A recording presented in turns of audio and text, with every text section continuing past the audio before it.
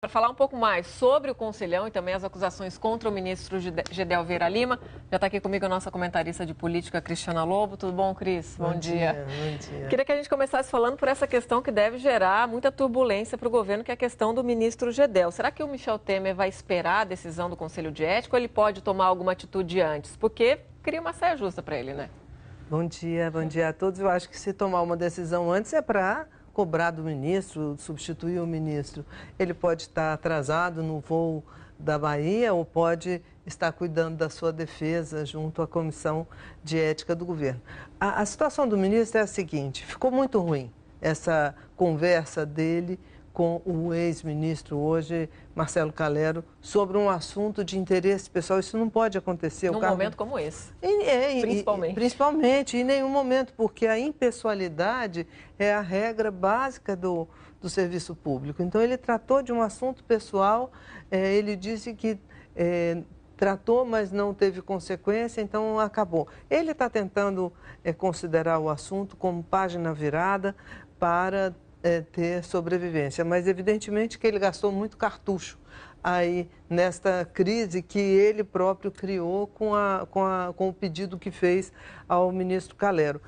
Dentro do governo é aquela velha história, tem uns que acham que sim, que tem que trocar, que não dá mais para ficar, tem outros que não, ele tem uma explicação porque o órgão técnico da Bahia dizia que podia construir o edifício, então ele está respaldado pela decisão técnica. Então está essa divisão. O presidente Temer é sempre muito,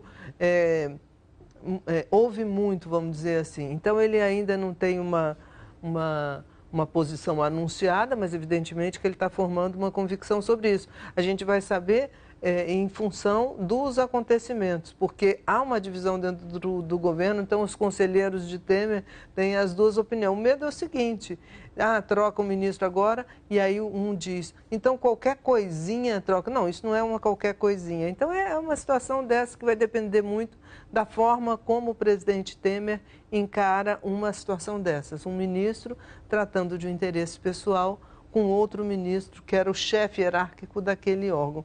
Então, nós vamos ter que esperar. Pode acontecer de tudo. Aliás, como sempre. Atualmente, esse ano, né, está acontecendo de tudo. Isso. Meninas, Cris, bom dia. Bom dia. Cris, vamos retomar a conversa sobre o Conselhão, sobre o qual a Raquel falava agora há pouco com a gente lá de Brasília.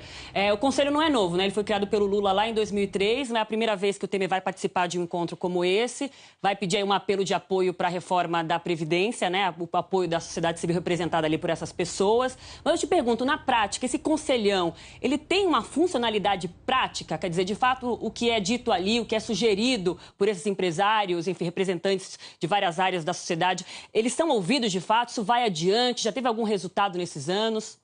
Olha, bom dia, Aline, bom dia mais uma vez a todos. Ele não tem uma função deliberativa, ele não delibera sobre assuntos, mas faz com que o presidente consiga ouvir os problemas que cada setor está tendo. E isso era muito reclamado em relação a Dilma Rousseff, que não ouvia nenhum setor. E ali é uma oportunidade para isso, e foi assim que Lula se aproximou bastante do empresariado. A diferença que faz para Temer, que é um presidente que tem um governo que também não tem popularidade, é que ele tenta passar aí perante esse mundo empresarial, financeiro, uma confiança, porque o Brasil precisa agora de retomar o investimento. Esse é o grande desafio. Então, ele quer passar uma certa essa convicção aí de que as dificuldades estão passando, para que muitos ali que são empreendedores invistam no Brasil para começar a fazer a roda da economia girar. Eu acho que esse é um importante objetivo. Fica faltando para o governo Temer uma representação por parte dos empregados, que no governo passado era bastante forte a presença dos sindicatos, da representação dos sindicatos, tanto que as reformas não avançavam exatamente porque tinham o mesmo peso dentro do grupo de discussão de governo sobre, por exemplo, a reforma da Previdência, a reforma trabalhista. Então, se um lado fica mais forte que o outro e resolve não ceder, não cede, não vai, não avança.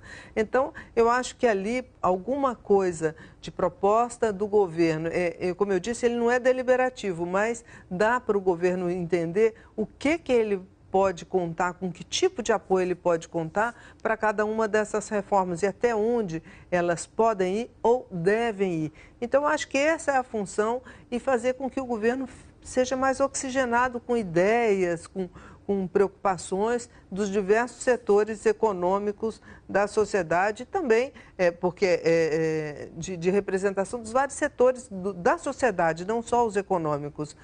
Por exemplo, tem representantes da educação, da publicidade, empresários, de todas essas áreas. Então, acho que é uma oportunidade para o governo abrir um pouco a janela, não ficar fechado em si mesmo, porque esse é um governo estritamente parlamentar, né? Ele é composto quase que só de representantes dos partidos. E quando abre uma conversa dessas, oxigena aí a mente do presidente e de seus ministros, os que comparecem, né? Porque o Gedel não está lá. Cadeira vazia.